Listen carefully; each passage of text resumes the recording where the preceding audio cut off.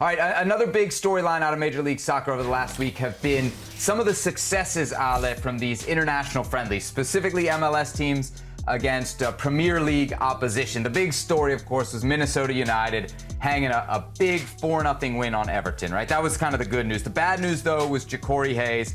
You see here, the 27-year-old midfielder, he suffered a broken leg and he's now going to miss the rest of the 2022 MLS season. I guess it kind of prompts the bigger question, right? The bigger picture question is, are these games worth it, Ale? So what do you think? You've been in these situations. You've been an MLS player middle of the season. Should MLS teams in the middle of their regular season be stepping away for these international friendlies? Yes. Yes, and as a player, I didn't care for them because I did not have the all-inclusive perspective of looking at things from the outside looking in. I was concerned about how do I prepare from this Saturday to next Saturday. Don't talk to me about Wednesday playing against Manchester United or whoever is it that is on the tour. I want to know how do we get ready from this Saturday so that then we are ready to play next Saturday in our next league game. That's the perspective of the player. And certainly as you become an older player, you become less and less excited about this midweek games because it interrupts your preparation, it interrupts your rest, it interrupts your routine. So you don't want a part of it.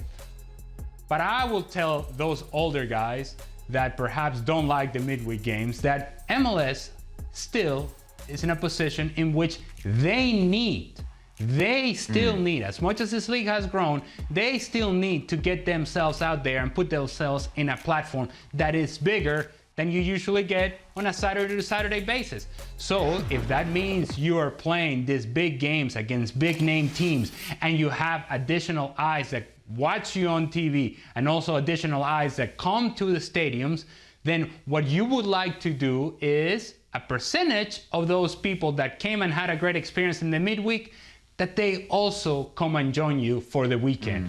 And that's going to be always the challenge for MLS in the foreseeable future, is to make sure that you get the 60,000 people that went to Vegas to watch El Clásico. Hey, how about we build a bridge from that stadium to the MLS stadium so that we can get people that get excited about MLS and their local product. Buy local, baby. Buy local. Get excited about the local product. But in order to do that, MLS has to provide a product that people can get excited and an experience that people can get excited about. So I know that this is disappointing for Jacori Hayes, and I know it's disappointing for Minnesota United, but the truth of the matter is we need more people watching MLS on TV, and we need more people engaging MLS on a weekly basis, consistently on a weekly basis. And part of doing that is getting yourself on a platform in which you can showcase your product to a larger audience.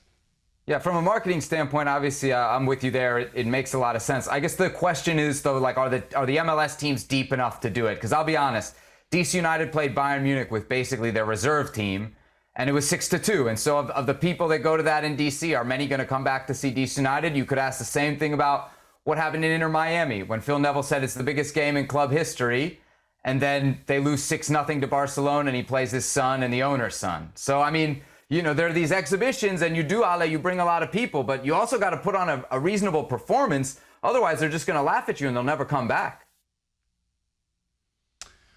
Well, funny you mentioned DC United. No coincidence there, but I can make the argument that watching DC United now, it's just painful, period. So, what do you mean? What do you mean? So, I mean, yes, they got destroyed by Bayern Munich. Okay, well, what can I tell you? I'm not shocked about that. They're getting destroyed by teams in MLS as well. So, if people are not coming to watch DC United games, it's not because they got destroyed by Bayern Munich. It's because they're a poor team. So that has nothing to do with their midweek performance against Bayern Munich. I think people are smart enough to recognize, look, you get beat by Barcelona, you get beat by Bayern Munich, that's going to happen. But what is the experience like? Was this fun? Did I bring my kids and did I enjoy it? Did they enjoy it? Did they enjoy the popcorn and the hot dog? All right. What we saw on the field wasn't all that great, but we kind of expected that against Bayern Munich. We came to watch Bayern Munich. We didn't come to watch DC United.